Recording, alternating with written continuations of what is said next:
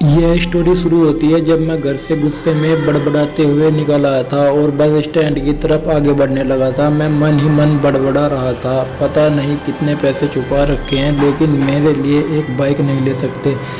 अब मैं यहाँ से चला जाऊँगा और तब तक वापस नहीं आऊँगा जब तक मैं खुद के पैसों से बाइक नहीं खरीद लेता। इतना सोच ही रहा था तभी मेरे पैरों में मुझे कुछ चुभने का एहसास हुआ। नीचे देखा तो समझ आया कि जल्दबाजी में पापा के जूते पहन आया हूँ। उन जूतों में कील भी हुई थी जो मेरे पैरों में बार बार घाव किए जा रही थी, लेकिन उस समय गुस्सा अधिक था तो मैं बड़बड़ाते हुए आगे बढ़ गया।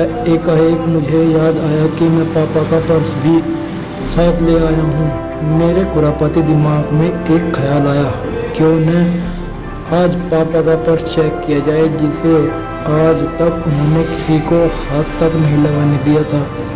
पता नहीं कौन सा खजाना छुपा रखा है इस पर्स में जो किसी को हाथ नहीं लगाने देते। जब मैंने पापा का वह पुराना पर्स खोलकर देखा तो उसमें पैसे तो नहीं मिले, लेकिन पैसों की जगह एक डायरी रखी हुई थी। तब मैंने सोचा हो तो यह खजाना छुपा रखा है।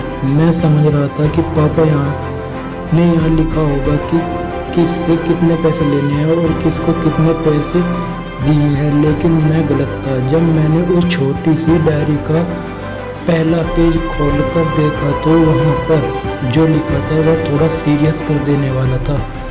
डायरी में जो लिखा था उसे पढ़ने के बाद मेरे चेहरे पर जो एक्सप्रेशन थे वह गायब हो चुके थे, क्योंकि डायरी में वैसा कुछ नहीं था जैसा मैं सोच रहा था। वहाँ पर उन पैसों का हिसाब लिखा हुआ था जो अलग अलग कामों के लिए अलग अलग लोगों से उधार लिए गए थे। उस लिस्ट में कंप्यूटर के नाम पर भी पैसे लिए गए थे। कुछ यूँ लिखा था 50,000 बेटे के कंप्यूटर के लिए। यह वही कंप्यूटर था जिसे मैं आज तक यूज कर रहा हूँ, लेकिन मुझे यह पता नहीं था उस कंप्यूटर को खरीदने के लिए पैसे कहाँ से आए थे, लेकिन आज पता चल रहा था। मुझे आज भी याद है जब मैंने पहली बार कैमरे के लिए जिद की थी, जो मेरे पापा ने मुझे 2 हफ्ते बाद मेरे बर्थडे पर ला कर दिया था, जिसे देखकर मैं बहुत खुश हुआ था। और मुझे खुश देखकर मुझसे कहीं ज़्यादा अगर कोई खुश था तो वह थे पापा। अगर मेरे चेहरे से गुस्सा एकदम गायब हो चुका था। जब मैंने आगे का पन्ना पलटा तो वहाँ पर कुछ विशेष इच्छाएं लिखी हुई थी। पहली जो विश थी उसमें जो लिखा हुआ था अच्छे जूते पहनने।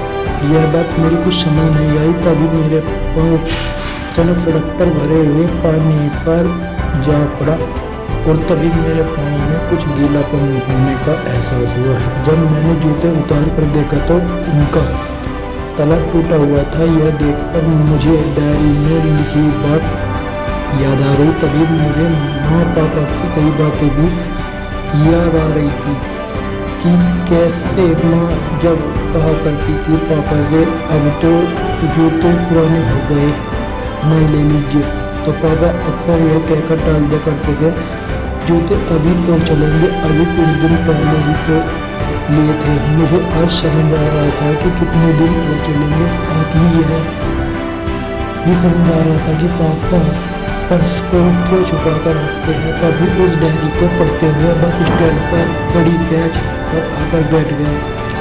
अब उस डायरी का आखिरी पन्ना बचा हुआ था। उस पन्ने को जब मैंने पलटकर देखा तो वह कल की डेट लिखी हुई थी। तारीख के नीचे लिखा हुआ था 50,000 रुपये बाइक के लिए। बस इतना पढ़ा और दिमाग सन रह गया।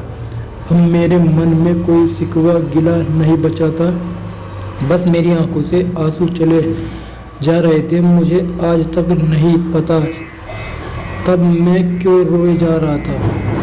अब मैं जल्दी से घर की तरफ भागा, लेकिन जूतों की वह कील पाँव में अब तक घाव बनाने में कामयाब हो चुकी थी। मैंने जूतों को रास्ते में ही निकाल कर फेंक दिए और भागते लड़खड़ाते हुए घर जा पहुंचा, लेकिन पापा घर पर नहीं थे। मैं समझ गया वह कहाँ गए थे। मैं सीधा पास वाली बाइक एजेंसी की तरफ भागा। पता नहीं आज कहाँ से इतनी ताकत आ गई थी कि मैं भागते हुए थक नहीं रहा था, और वह भी बिना जूते के नंगे पैर। जैसे तैसे मैं बाइक एजेंसी पर पहुंचा। पापा वही थे। मैंने पापा को दौड़कर गले लगा लिया और मेरी आंखों से आंसू बहन रुकने का नाम ही नहीं ले रहे थे। पापा को समझ नहीं पा रहे थे आखिर हो क्या रहा है। मैं रो रहा हूँ। मैंने पापा से कहा, पापा मुझे मोटरसाइकिल नहीं चाहिए, आप अपने पैसे ले लीजिए। अब आज से मैं जो भी करूँगा अपनी मेहनत से अपने बलबूते पर पढ़कर करूँगा। दोस्तों बस इतनी सी थी ये कहानी।